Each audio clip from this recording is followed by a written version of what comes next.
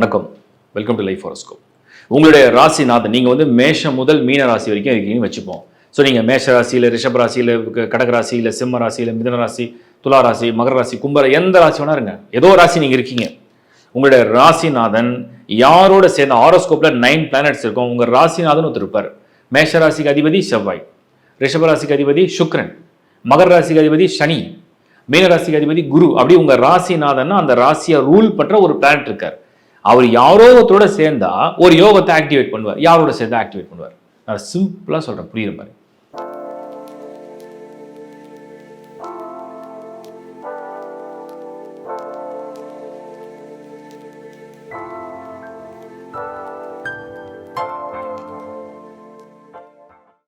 உங்க லக்னநாதனும் ராசிநாதனும் ஒன்னா சேர்ந்தா அது மிகப்பெரிய ஒரு யோகம். அது ஏன் அந்த யோகம்ன்றதை அவர் கிளாரிட்டி கொடுத்துட்றேன். ராசிநாதன்னா என்ன, லக்னநாதன்னா என்ன? உங்கள் ராசி வந்து மேஷன் இமேஜின் பண்ணிக்கோங்க. அதோடைய அதிபதி வந்து செவ்வாய். தனியாக செவ்வாய் எடுத்து வச்சுங்க. ஸோ செவ்வாய். உங்களுடைய லக்னம் வந்து ஒரு வேளை சிம்மம்னு இமேஜின் பண்ணிங்க. அந்த லக்னத்துக்கு அதிபதி சூரியன். இந்த சூரியனும் இந்த செவ்வாயும் அவுட் ஆஃப் 12 ஹவுஸில், அந்த 12 ராசி சக்கரத்தில் கட்டத்தில் ஒரே ஒரு வீட்டில் ஒன்றா சேர்ந்துருந்தாங்கன்னா ராசிநாதன் அப்படிங்கிற, அதாவது சந்திரன் இருக்கிறது தான் ராசி. ராசிநாதன் சொல்லக்கூடிய செவ்வாயும் லக்னத்துக்கு அதிபதியான சூரியனும் ஒன்னா சேர்ந்து ஒரே கட்டத்தில் இருந்தாங்கன்னா அது ஒரு மிகப்பெரிய யோகம். அந்த யோகம் இருந்து, அந்த சார்ட்ல அந்த மாதிரி ஒரு யோகம் இருந்து, அந்த ராசிநாதன் சொல்லக்கூடிய செவ்வாயும் அந்த லக்னநாதன் சொல்லக்கூடிய சூரியனும் ஒன்னா இருந்து, அவங்க 2 பேர்லேருந்து நீங்கள் ஸ்கொயரா ட்ரியாங்கிள் அப்படியே செக் பண்ணி பார்த்தீங்கன்னா அவங்க எங்கே இருக்காங்களோ அந்த இடத்துல இருந்து, உதாரணத்துக்கு வந்து நம்ம ஒரு இமேஜினேஷனோட போவோம். ராசிநாதன் செவ்வாய், லக்னநாதன் சூரியன் 2 பேரும் சேர்ந்த இடம் மிதுனம்னு வச்சுப்போம். ரைட் சைட் கார்னர் பாக்ஸில் மிதுனத்தில் சேர்ந்துருக்காங்கன்னு வச்சுப்போம். அங்கேருந்து ஸ்கொயர்னா இப்போ கன்னி வீடு இருக்குது, தனுர் இருக்குது, மீனம் இருக்குது, ஸ்கொயரில் வந்துடும். அவங்க 2 பேர் இருக்கிற இடத்துல ட்ரியாங்கிள் எடுத்துப்போம். துலாம் வந்து ட்ரியாங்கிளில் வரும். அதுக்கப்புறம் அடுத்த ட்ரியாங்கிள் வந்து நமக்கு கும்பம் வந்துடும். ஸோ இந்த ஸ்கொயர் ட்ரியாங்கிளில் ஒருவேளை குஜாதி ஐவர்கள் லைன் பண்ணி நின்னாங்களாம். குஜாதி ஐவர்கள்னால் சப்போஸ் புதன் வந்திருக்காரு, இல்லை சுக்கிரன் வந்திருக்காரு, இல்லை குரு வந்திருக்காரு, இல்லைனா சனி வந்திருக்காரு. இப்படி குஜாதி ஐவர்கள் யாராவது லைன் பண்ணி வந்துட்டாங்கன்னா மிகப்பெரிய யோகத்தை அந்த சார்ட் கொடுக்கும். இப்போ புரியுதா உங்களுக்கு? நான் மறுபடியும் வேற ஒரு எக்ஸாம்பிளோட சொல்கிறேன். நம்ம அடுத்த ராசியை கடகராசி எடுத்துப்போம். கடகராசி வேணாம், ஏன்னா அது சந்திரன் தான் ராசிநாதன். சிம்ம ராசி எடுத்துப்போம். சிம்மம் வேண்டாம், துலாம் எடுத்துப்போம். துலாம் ராசிக்கு அதிபதி சுக்கிரன். துலாம் ராசிக்கு அதிபதி சுக்கிரன். இந்த சுக்கிரன் வந்து உங்களுக்கு லக்னம் ஒருவேளை நம்ம எப்படி ஃபிக்ஸ் பண்ணலான்னு கேட்டீங்கன்னா மகர லக்னம் ஃபிக்ஸ் பண்ணிப்போம். மகரம் அப்படிங்கிறது லக்னம், ராசிங்கிறது துலாம். அந்த துலாம் ராசிக்கு அதிபதி வந்து சுக்கிரன். மகரம் அப்படிங்கிற லக்னத்துக்கு அதிபதி சனி. இந்த சனியும் சுக்கிரனும் ஒரு இடத்துல ஒன்றா சேர்ந்துட்டாங்கன்னா இது ஒரு மிகப்பெரிய ஒரு ராஜயோகத்தை தரும். ஏன்னா ராசிக்கு அதிபனும் அந்த லக்னத்துக்கு அதிபனும் ஒன்றாக சேர்ந்தால் அவங்களுடைய மனமும் அவங்களுடைய விதியும் ஒன்றாக செயல்படும். இப்போ உதாரணத்துக்கு இது எப்படின்னு நான் சொல்கிறேன். ராசிநாதன் வந்து இப்போ வேற ஒரு எக்ஸாம்பிள் எடுப்போம். ராசி வந்து மீனத்துக்கு போயிடுவோம். மீன ராசி வந்து ராசி அப்படின்னு எடுத்துப்போம். லக்னம் வந்து மிதுனமாக எடுத்துப்போம். மிதுனம் வந்து லக்னமாக எடுத்துப்போம். மிதுனத்துக்கு அதிபதி புதன், மீனத்துக்கு அதிபதி குரு. இப்போ இந்த ராசிநாதனுடைய மைண்ட் செட் எப்படி இருக்கும் அப்படின்னா அவங்களுடைய மனநிலையை வந்து அந்த ராசி வந்து இயக்கம்னா ஆசையை கொடுக்கும். மீனத்துடைய ஆசை எப்படி இருக்கும்? சுக்கிரன் உச்சம் பெறக்கூடிய ஒரு ராசி. அவங்களுடைய ஆசைகள் வந்து உலகத்தில் உள்ள எல்லா சுகபோகங்களையும் அனுபவிக்கிற ஒரு ஆசையை கொடுத்துக்கிட்டே இருக்கு. பட் லக்னநாதன் புதன் வந்து எப்பவுமே வந்து புதிய புதிய விஷயங்களை ஆராய்ச்சி பண்ணதில் ஆர்வமுடையவராகவும் கற்றுக்கக்கூடிய விஷயங்கள் ஆர்வமுடையவராகவும் இருப்பார். இப்போ இந்த லக்னநாதனுடைய குணமும் ராசிநாதனுடைய குணம் வெவ்வேறாக இருக்கும். வெவ்வேறான குணங்கள் கொண்ட இந்த கிரகங்கள் தனித்தனியாக இருந்தால் மனசு ஒன்று சொல்லும், புத்தி ஒன்று சொல்லும், வாழ்க்கை அந்த மாதிரி பாதை வந்து தடுமாறி போகும்.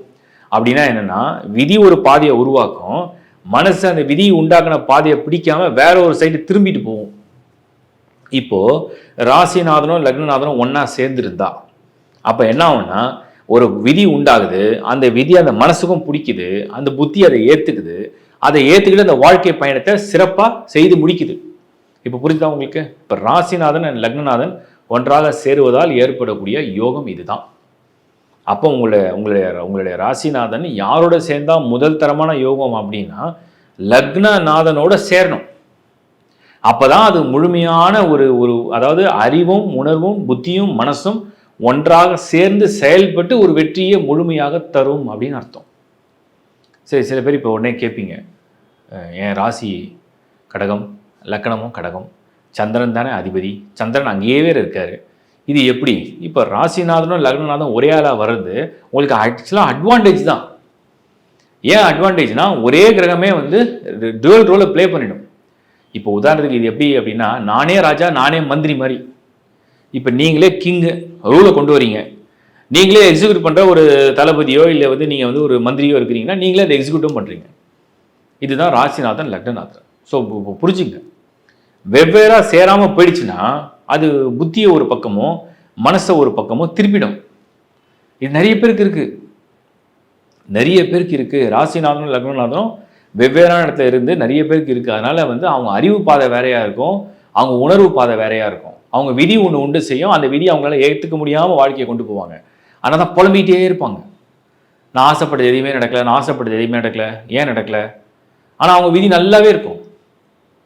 ஸோ இது வந்து உங்களுக்கு வந்து ஒரு கிளாரிட்டியாக கொடுக்குறேன். ஹாரோஸ்கோப் பார்க்குறவங்களுக்கு முதல்ல அவுட் ஆஃப் 12 நீங்கள் எந்த ராசின்னு கன்ஃபார்ம் பண்ணுங்கள். அந்த ராசியுடைய நேமை எழுதுங்க, அதோடைய இன்ஃப்ளூயன்சிங் லார்டு யாருன்னு பாருங்கள். அந்த இன்ஃப்ளூயன்சிங் லார்டும் உங்கள் லக்னத்தை எழுதுங்க, அதோட இன்ஃப்ளூயன்சிங் லார்டும் கம்பைன் பண்ணி ஒரே ஒரு இடத்துல இருந்தாங்கன்னா வெரி குட். இல்லை ஒருத்தர் கேள்வி கேட்டார், ராசிநாதனும் லக்னநாதனும் கரெக்டாக 8ஆம் இடத்துல இருக்காங்க, இது யோகமானு கேட்டார். சரியான கேள்வி. ராசிநாதனும் லக்னநாதனும் 8ஆம் இடத்துல இருந்தால் அது ஒன்றாக சேர்ந்தா யோகம் தான். அது என்ன யோகம் அப்படின்னு தெரிஞ்சுங்க. 8ஆம் இடங்கிறதே சிரமங்களை அனுபவிக்கிற இடம். சிரமங்களை அனுபவிக்கிற இடத்துல போயிட்டு ராசிநாதனும் போயிட்டாரு, லக்னநாதனும் போயிட்டார். அப்படி போயிட்டாருன்னா என்னன்னா, கஷ்டங்களை வந்து ஃபேஸ் பண்ணும்போது அவங்களோட மனநிலை எப்படி இருக்குன்னா, மனதளவுலையும் பாதிப்பை கொடுக்கும், அது உடல் அளவுலையும் கொடுக்கும், அது விதி அளவுலையும் கொடுக்கும். ஆனால் அதை ஏற்றுக்கிற மனப்பக்குவத்தையும் கொடுக்கும். இதுதான் அதில் கிடைக்கிற நல்லதாக நீங்கள் புரிஞ்சுக்கணும். ஸோ 8ஆம் இடங்கிறது பொதுவாக நம்ம நல்ல இடமா சொல்லலை. அந்த இடத்துல இந்த ராசிநாதன் லக்னநாதன் சேரும் போது அந்த கஷ்டங்களை ஈஸியாக ஃபேஸ் பண்ண தைரியத்தை கொடுக்கும். ஸோ இது ஒரு கிளாரிட்டி கிடைச்சிருக்கும்னு நினைக்கிறேன். எல்லாரும் உங்கள் ஹாரோஸ்கோப்பை செக் பண்ணுங்கள். உங்கள் ராசி என்ன, லக்னம் என்ன, 2 பேரும் சேர்ந்துருக்கா பிரிஞ்சிருக்கா, அதை பேஸ் பண்ணி யோகங்கள் எப்படி வந்து நமக்கு அமையுது. பெரிய விஷயம் இது. lifehoroscope.in அப்படிங்கிற வெப்சைட்டில் ஏகப்பட்ட சர்வீஸை நம்ம தொடர்ந்து ஆட் பண்ணியிருக்கோம். ஒரு நல்ல விஷயம், எல்லாரும் கேட்டாங்க இந்த கையில் ஜாதகம்லாம் எழுதி கொடுப்பீங்களான்னு. இப்போ அதுக்கும் நம்ம வந்து ப்ரிப்பேர் பண்ணிட்டோம். ஸோ சர்வீஸை இன்க்ளூட் பண்ணியிருக்கோம்.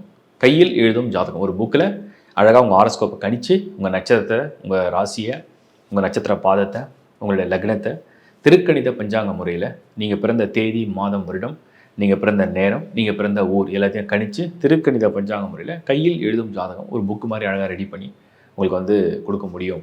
அதுக்கு வந்து ஒரு டீமையும் நம்ம வந்து ஃபார்ம் பண்ணியிருக்கோம். ஸோ அதனால் யாருக்கெல்லாம் அந்த மாதிரி சர்வீஸ் தேவைப்படுதோ அவங்களாம் அப்ளை பண்ணி எடுத்துங்க. And all other service lifehoroscope.in add பண்ணியிருக்கோம். தொடர்ந்து பாருங்கள், என்ன சர்வீஸ் தேவையோ யூஸ் பண்ணிங்க. மீண்டும் ஒரு முறை உங்களை சந்திப்போம். வணக்கம்.